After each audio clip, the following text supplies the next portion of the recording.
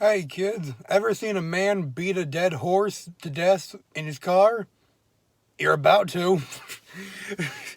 Yeah, this is my unscripted, unedited review of Frankenstein 1931.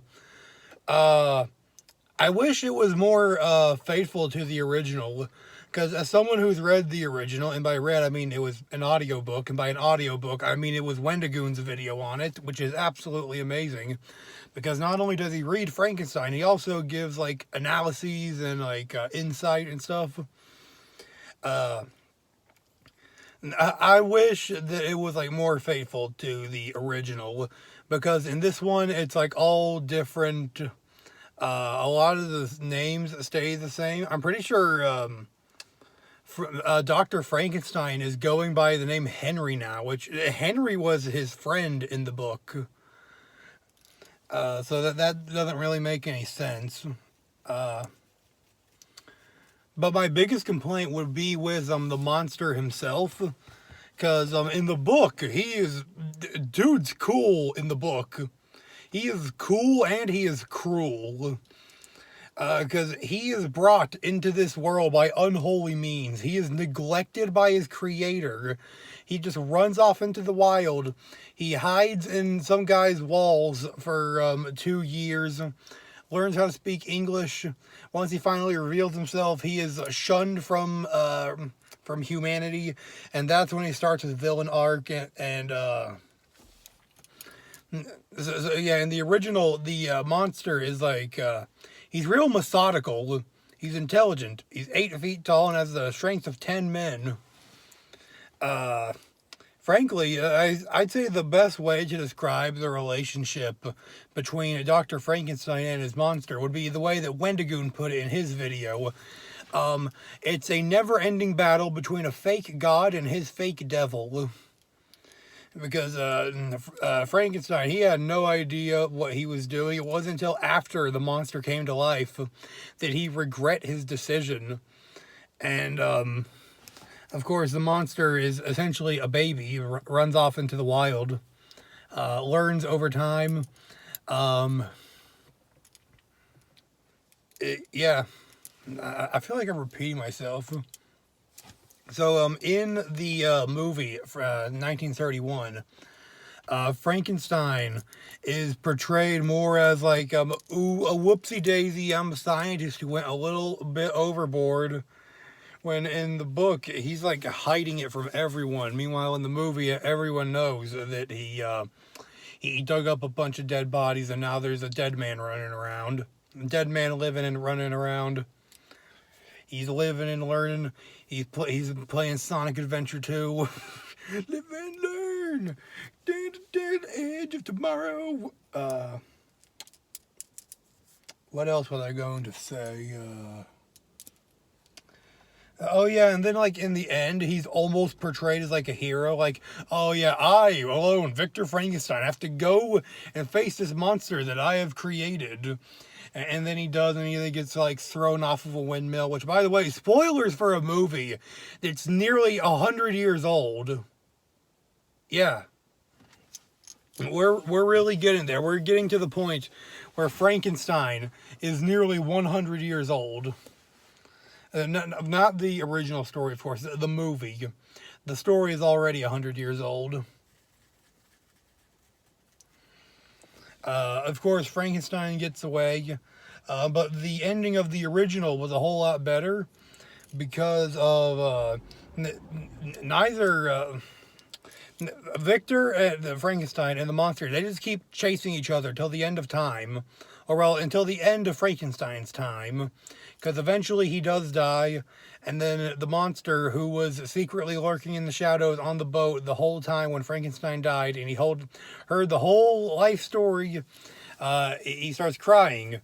Because now he can no longer torment his creator and bring upon the loneliness that tormented him all throughout his unholy, unnatural life. And then the monster like runs off and says, "You know what? I'm gonna." And I don't think I can say the word without this video getting flagged. I'm gonna barbecue myself.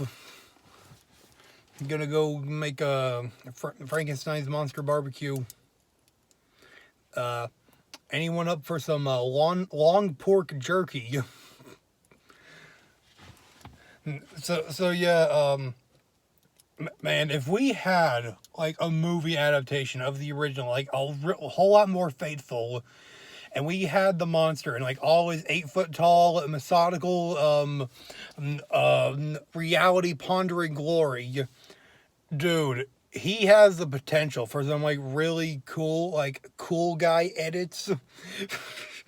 You know the ones like you see Guts from Berserk like sitting over an edge contemplating life. Imagine that, but it's with Frankenstein's monster. Like, why is he here? Why was he created? He finally learns how to read. Reads the notes on his creation from the pocket in the pocket in the coat that he stole, and he learns that he's just a science experiment. Like that's terrible. But of course, the movie it leaves on like a cliffhanger. The monster's still alive. That's supposed to like lead up into the sequel, the Bride of Frankenstein, which doesn't make any sense because Frankenstein was the creator, not the monster. Although, in very many ways, Frankenstein was a monster. Like he's an absolutely terrible person for doing what he did. I know that's not really a hot take. That's like a 0 Kelvin take. But yeah. Dr. Frankenstein, no bueno.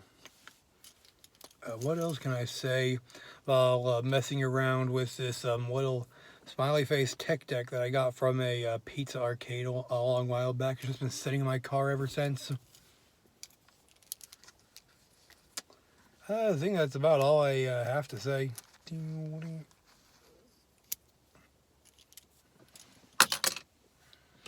Wait, I think there's more.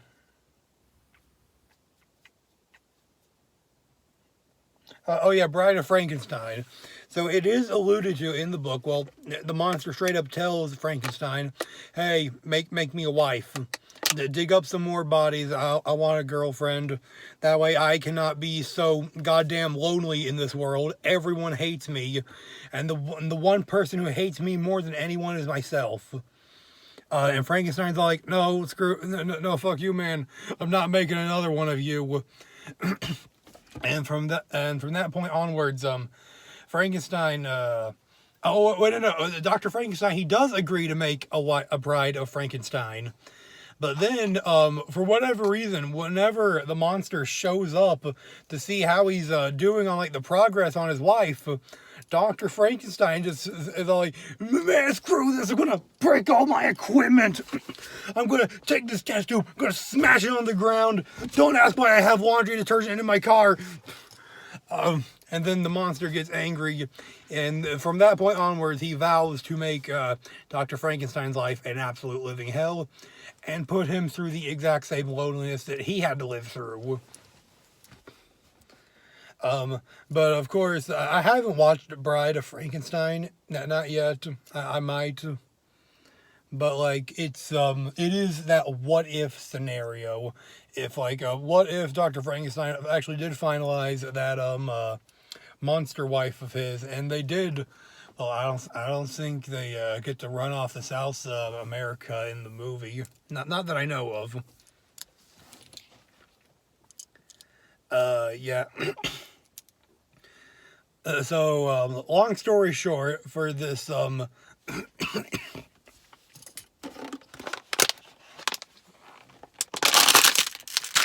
empty.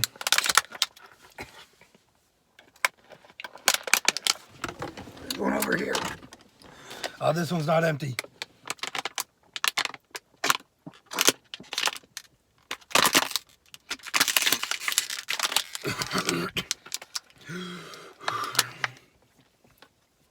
Ten-minute-long yapping session about a movie that's nearly 100 years old. I want a faithful adaptation of Frankenstein, because I think, for one, that would be the greatest thing ever. Like, have it be with practical effects.